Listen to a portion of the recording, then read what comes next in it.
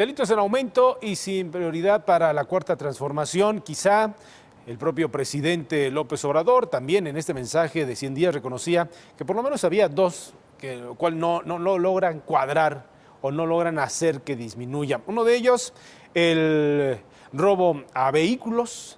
Y en segundo lugar, el homicidio doloso. Estos grandes delitos no han ido a la baja en estos primeros 100 días, según los propios dichos del presidente López Obrador.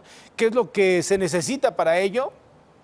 Hay posibilidades de que en estos ciento y tantos que se vayan acumulando podamos tener mejores noticias en todo el país. Para platicar sobre este tema, me da mucho gusto saludar aquí en el estudio a Alexei Chévez. Él es consultor especialista en seguridad. Samuel González Ruiz, experto también en seguridad nacional. Y Francisco Gaitán, abogado penalista y experto en derechos humanos. Señores, muchas gracias a los tres por estar con nosotros. Gracias por la invitación. Gracias. Muy bien, Samuel, me gustaría comenzar contigo. ¿Cómo has revisado? ¿Qué has visto? ¿Y por qué? El tema es por qué no se puede tener una buena noticia de disminución de delitos en estos 100 días. Bueno, es importante entender el momento en que estamos, ¿verdad? Yo creo que la aprobación finalmente de 32 estados de la Guardia Nacional como modelo policial y su implementación, que probablemente tardará de 2 a 3 años, es lo que a mediano plazo nos puede, digamos, dar una mejora en una parte del sistema, ¿verdad?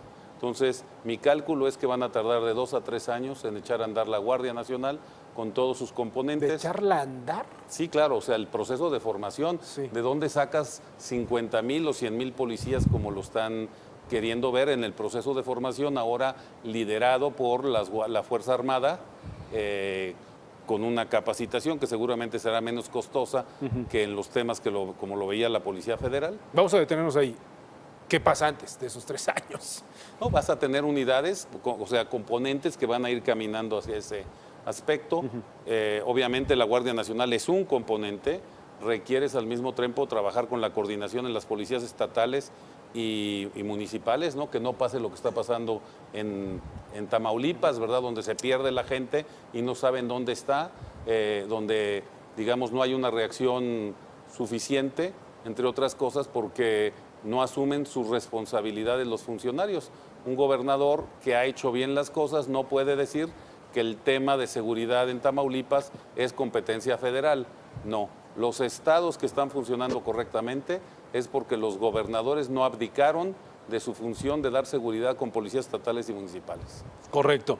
Francisco, en el caso o en el tema legal, ¿están las condiciones para hacerlo? ¿No están las condiciones para hacerlo? En donde podamos tener mejores noticias y que el presidente, pues dentro de toda la parte económica, de la seguridad, hubiera dado unas mejores notas. Pues mira, el fenómeno criminal no es algo que vaya a cambiar con una administración u otra, simplemente porque entra o sale una administración. Vale la pena reflexionar sobre lo que ya hemos hablado previamente, que tiene que ver con el criminal. El criminal, pues hay que estudiarlo en principio. ¿Por qué delinque? ¿Cuál es su modus operandi? ¿Qué es lo que quiere obtener a través de la comisión de hechos delictivos? ¿Por qué lo hace? ¿De dónde nace la violencia? Por ejemplo, para temas relacionados con psicología, con salud mental, pues tenemos como base muchos estudios que se han practicado aquí en México, que hacen referencia en México y en Latinoamérica, que hacen referencia a por qué existe el fenómeno criminal y por qué va en aumento. Tratándose de estudios que tienen que ver con disposiciones previstas incluso por la propia ONU, México no va para la baja. La violencia en México va hacia la alta. Y no porque entre una administración o porque se implemente una Guardia Nacional, el fenómeno delictivo bajará. Probablemente hay que empezar a estudiar mucho más al criminal. El criminal en México no es profesional, no lo es. No cuida las cosas, comete errores. Por más que se le llame crimen organizado. Aún así existe mucho error. Aún con crimen organizado, aún el homicida, aún el ratero, comete muchos errores. No son profesionales y aún así existe impunidad. Esto quiere decir que también el órgano de investigación, aquel que debe de preservar los hechos, que debe de tomar evidencia, aquel que debe de estudiar la forma de operación de una banda, debe de medir o cuantificar cuántos delitos se han cometido en una circunscripción territorial de una o de otra manera, pues de una u otra forma no existe en México, no es profesional. Lo hemos dicho muchas veces, no se acaba esto de forma legal, no porque tú digas van muchos delitos al 19 constitucional considerados como graves o van muchos delitos con aumentos en las penas, esto va a disminuir. Si no nos preocupamos de entrada por la educación o la salud mental, que también es un derecho humano previsto en la Constitución, salud física y salud mental, que nos permita a nosotros tomar una decisión en un momento dado de decir, yo no me robo este celular, yo no voy a matar a tal persona, yo no afectaré a mi esposo, yo no afectaré a mi novia, no lo lesionaré. Si este tipo de cosas se atacan desde antes, de una u otra manera la expectativa será mayor. La prevención. Sin duda. Bien, muy bien. Alex, ¿por dónde le ves? Mira, la inseguridad no se acaba por decreto. O sea, que el señor presidente haya dicho, voy a acabar con la seguridad desde el momento en que yo llegue, se va a acabar la corrupción desde el momento que llegue, eso no sucede. Dos, y aquí coincido con los compañeros, primero necesitas formar las policías. Tenemos que entender que en 100 días las policías siguen siendo exactamente las mismas y probablemente, tú dices 2, 3 años, yo diría, nos va a llevar todo el sexenio, suponiendo que pongamos las ganas y los recursos necesarios para generar una nueva policía y entonces empezar a ver un cambio. Pueden pasar 100, pueden pasar 300 días. Mientras no logremos generar mejores policías, mientras no logremos hacer un cambio efectivo en la procuración de justicia, y yo aquí sí diría, los criminales sí son profesionales, porque se dedican a ello y de una manera muy exitosa. El problema es que muchas áreas de la impartición de justicia, sobre todo en lo que son las fiscalías, no son tan profesionales como deberían de ser. Y lo acabamos de ver ahora en Guanajuato, que están soltando a varias de las personas que detuvieron, pues precisamente por estas fallas en el debido proceso, donde no sé exactamente cuáles sean, pero están soltando a las gentes que están agarrando. Entonces, el problema no son los 100 días, el problema no es que vaya a subir o bajar la criminalidad, es que necesitamos generar las estructuras para que efectivamente lo logremos. Ahora, si a esto le quitas que en 2019 estás recortando casi 128,000 millones al presupuesto de seguridad, ¿cómo lo piensas lograr? De acuerdo. Correcto. Bien. Samuel, ¿algo que agregar sobre este tema? Bueno, yo creo que para lograr la seguridad y la justicia requerimos varios componentes, ¿no? El de la policía es uno.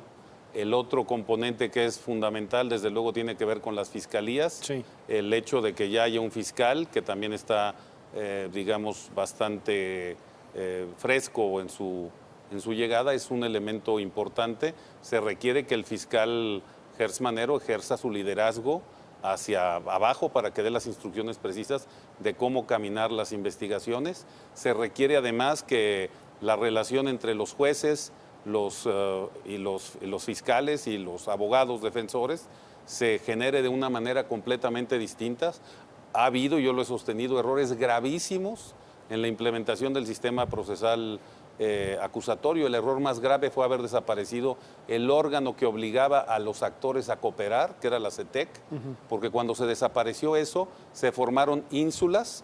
Ha habido cambios importantes en la Suprema Corte de Justicia. El nuevo titular del órgano judicial de la implementación, el magistrado Carrasco, tiene que cambiar a los jueces que están dando sentencias completamente erradas, ¿verdad? Los jueces federales tuvieron una capacitación de 15 días en materia de delincuencia organizada. Cuando lo he comentado con magistrados italianos, se ríen a carcajadas. ¿Cómo es posible que les hayan dado una formación para juzgar en delincuencia organizada de 15 días?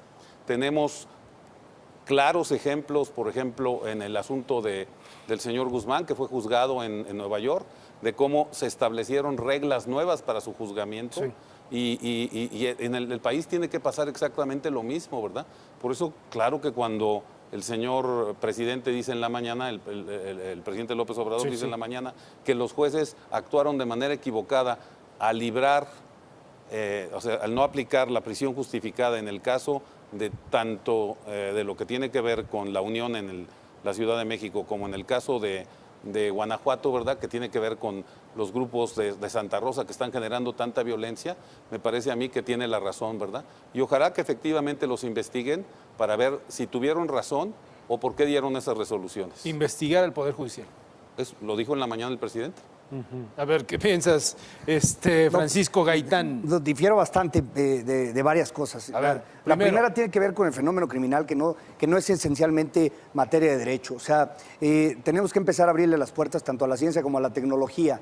Ni la Suprema Corte de Justicia de la Nación, ni los jueces de control, ni la propia PGR, ni la propia Procuraduría de la Ciudad, por ejemplo, que es aquí donde vivimos, tiene la inteligencia suficiente para acabar con todo este fenómeno criminal que va en aumento. El tema tiene que ver no solo con la comisión de delitos, reitero, esto es un fenómeno que da o que se conoce en el estudio dogmático como el aumento de violencia.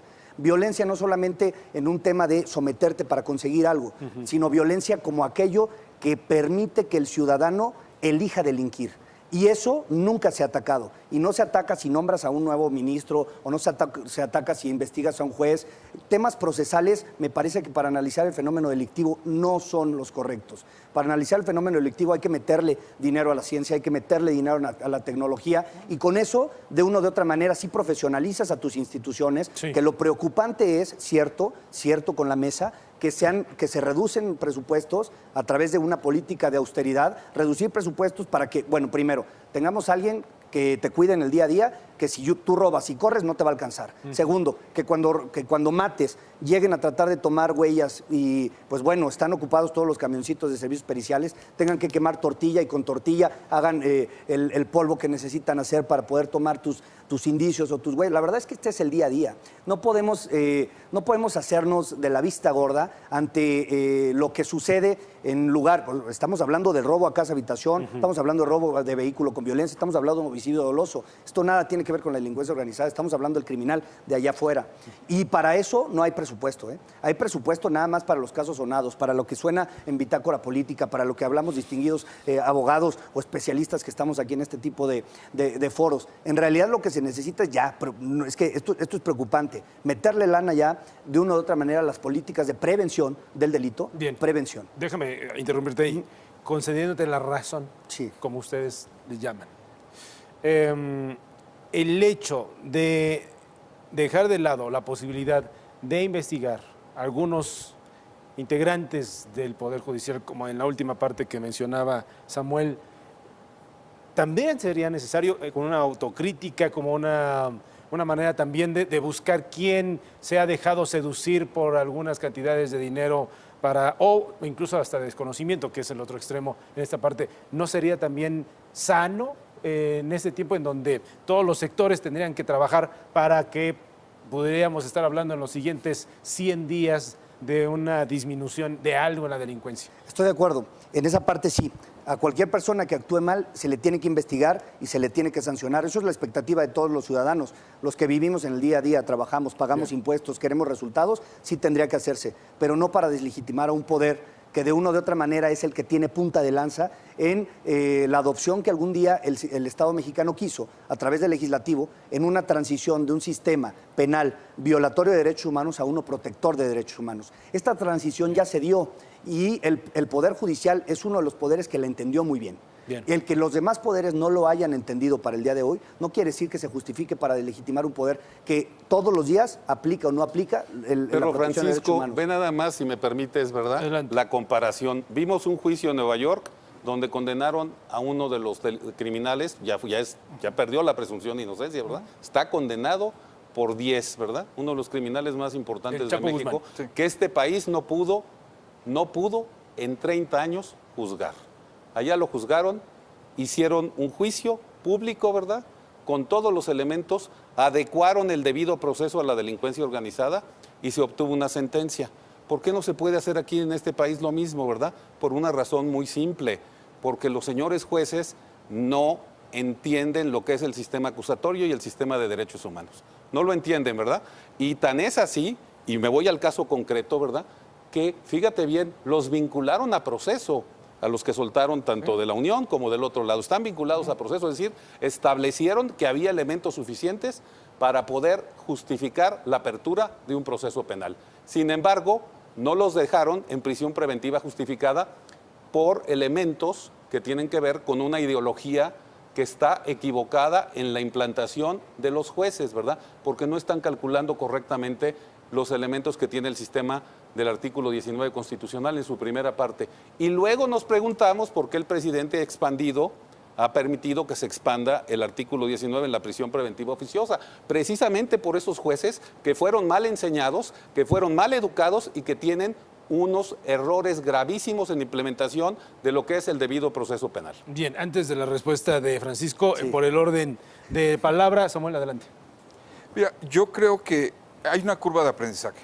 Hay una curva de aprendizaje con este nuevo sistema, tanto para la judicatura, los jueces, obviamente Sí. también para los policías. Y yo siempre he sostenido que este proceso de aprendizaje va a generar muchos casos como este, que van a tener que dejar a gente libre por falta de pruebas, como Samuel lo indica también, por falta de interpretación del sistema. Y tenemos que también entender que esta curva pues nos va a costar a nosotros como sociedad, y va a haber un festín de criminales que van a salir, al menos momentáneamente, por esta situación. Otra vez la puerta giratoria. Y pues nada más que déjame decirte, como tú hiciste la pregunta, ¿verdad? Estoy totalmente de acuerdo. Nada más que esos errores se miden en muertos, ¿verdad? En estos muertos que están aumentando, y la gente tendría que sentirse muy enojada con los que interrumpieron el proceso de implementación, ¿verdad? Con los que desaparecieron la CETEC, Eso es cierto. con aquellos que impidieron, ¿verdad? Hoy tienes, nada más te lo Fueron 10 digo así, años. ¿verdad? Eso es cierto. O sea, hoy tienes ínsulas donde cada 4 jueces del Poder Judicial Federal, que no hablan con ninguno de los otros órganos, están decidiendo lo que es el código. Y no hay una manera razonable de hacerle un challenge al sistema, porque nadie presenta amparos o apelaciones, ¿verdad? Entonces, esos señores que no hablan con los otros han roto el sistema de implementación. ¿Algo que agregar ahí? Sí, valdría Francisco. la pena no confundir lo que ya también hemos explicado aquí en esta mesa, Sí. que es la vinculación a proceso. La vinculación a proceso es una parte procesal del proceso acusatorio, en donde el juez de control decide que existen elementos en grado de probabilidad que permiten establecer que existe un hecho que la ley sanciona como delito, y en grado de probabilidad la participación del imputado ahí. Es un grado de probabilidad. Por eso las expectativas sociales deben de ser muy bajas a la luz de una vinculación a proceso. Eso no es como una consignación, un cuerpo del delito y probable participación. No lo es. Entonces eso desactiva ya muchas cosas. ¿Por qué? Oye, el juez vincula a proceso, sí. Pero es simplemente, te digo, probablemente tú pudiste haber sido, porque probablemente pudo haber sido quien fuera. Regreso al mismo tema de decir, esto no tiene que ver con vinculaciones a proceso, no, o con malas o buenas formaciones. Sí comparto. ¿Cómo es posible que desaparezcan sistemas o metodologías para implementar el sistema de justicia? Sí, eso es cierto. Pero las comparaciones de procesos en otros países de primer mundo que sí obtienen resultados en sentencias condenatorias no devienen del actuar jurisdiccional, devienen del actuar de aquel que reunió la evidencia necesaria para que el día de mañana el juez con esa evidencia pueda decir perfectamente, yo encuentro más allá de cualquier duda que una persona cometió el hecho delictivo o no lo fue. Casos sonados, está O.J. Simpson. Oye, ¿qué pasó? Teníamos evidencia, la fiscalía tenía absolutamente todo, se creó en grado de duda que probablemente O.J. Simpson no había cometido el homicidio, y sale declarado inocente también en el país de allá arriba. ¿Por qué? Porque una o de otra manera la evidencia no fue suficiente, no fue bien recabada, no fue bien... Pero, hay que a ver, abrirle, Francisco, hay que abrirle la a posibilidad Francisco, a la hay- ciencia y a la Ahí tecnología. fue un proceso de crear una cosa que Sí, se llamó duda duda razonable. razonable. A través de la valoración de lo evidencia. aceptamos, ¿verdad? Pero yo te digo una cosa. Esos ver, jueces Samuel. mexicanos, ¿verdad? Si estuvieran en Estados Unidos, ya le hubieran dado un amparo al Chapo para salir de la cárcel, ¿verdad? ¿Por qué? Porque no entienden lo que es el debido proceso legal, ¿verdad? Porque no entienden que el debido proceso es precisamente que hay una parte que acusa, que es el Estado, hay una parte que defiende, y desde luego una teoría que se debe manifestar del caso, donde se deben probar las cosas más allá de toda duda razonable. Pero aquí los jueces encuentran elementos meramente leguleyos para soltar a las personas, Sí, es y cierto, algunas veces, como tú lo has dicho, por corrupción. Mira, Alex. también es cierto, hay un vicio en donde se toma el juez como el policía es el malo. Entonces, en lugar de ver las maneras en las que cómo voy a apoyar el proceso, veo las maneras cómo voy a deslegitimizar el proceso. Y esto es, yo creo que lo hemos visto en todos lados. Es, una vez que llega al juez, voy a ver la manera en que puedo tirar esto. Y no quisiera creer que es de dolo de todos los jueces. Simple y sencillamente es un vicio donde, no armaste bien. Entonces, en lugar de decir, oye, ven, que el nuevo sistema lo permite. Ven, vamos a ver cómo generamos esto o cómo componemos esto. Dicen no y va para afuera. Yo les pregunto a los compañeros de la mesa, ¿verdad? ¿Alguien cree que un juez norteamericano se va a atrever a anular el proceso del Chapo? Respuesta no, ¿verdad? Es un proceso que costó más de 50 millones de dólares solamente en su actuación, ¿verdad? Ahí, lo que viste en Nueva York. ¿Okay? Ningún juez norteamericano se va a atrever por trivialidades, ¿verdad?, a determinar que se violó el debido proceso. ¿Algo que agregar sobre Es esto para cerrar? imposible. Muy rápido nada más, pues Francisco. el decir que efectivamente también no podemos hacernos de la vista gorda, sin duda existen resoluciones que nos ha tocado, incluso nosotros como abogados litigantes, en donde los jueces tienen una línea, así le llaman, ¿no? Tener línea quiere decir que alguien les ordena que deben de resolver de una o de otra manera, esto tiene que ver con temas políticos, o de una u otra forma la línea que tenga que ver con hechos de corrupción. Eso existe, sin duda, pero no quiere decir que eso sea el punto central del sistema y que se relacione con el fenómeno delictivo llamado homicidio doloso o robo a vehículo con violencia. En este punto, lo único que me gustaría concluir es, se necesita meter dinero a la investigación, se necesita meter dinero a los policías tienen que ser científicos, abrir la puerta a la investigación, abrir la puerta a investigaciones que ya llevan muchos años, incluso en el INACIPE, por ejemplo, que depende de la PGR, de la FGR, en donde ya personas llevan investigando mucho tiempo y llevan diciendo, ojo México, que la violencia va para arriba. Y va para arriba la violencia en el día a día, no la violencia de la delincuencia organizada. Sí. Entonces hay muchas cosas que reflexionar sin duda y intercambios de opiniones que además respeto mucho y estoy yo muy honrado de compartir esta gran mesa, pero de una u otra forma sí hablar sin temas o sin miedo en este sentido, Claro, ¿no? por supuesto. De una u otra forma esto pasa mucho. Bien, bueno, como la audiencia de Bitácora Política se acaba de dar cuenta, son los temas que no se abordaron en estos 100 días o en este discurso de los Sin 100 duda. días, pero que sin duda forma parte de la discusión, de la necesidad de la discusión, si es que queremos ver resultados de manera global en el combate a la inseguridad pública en todos sus sentidos. La parte legal, por supuesto, procuración de justicia, del Poder Judicial, entre otras cosas. Así es que no es un asunto menor y lo seguiremos platicando con ustedes. Gracias a los tres. Gracias por la invitación. Samuel. Gracias Muchas a ustedes Francisco. por la invitación. Bien, sobre todo gracias a usted. Todavía tenemos mucho más y después de la pausa no se despegue de nosotros.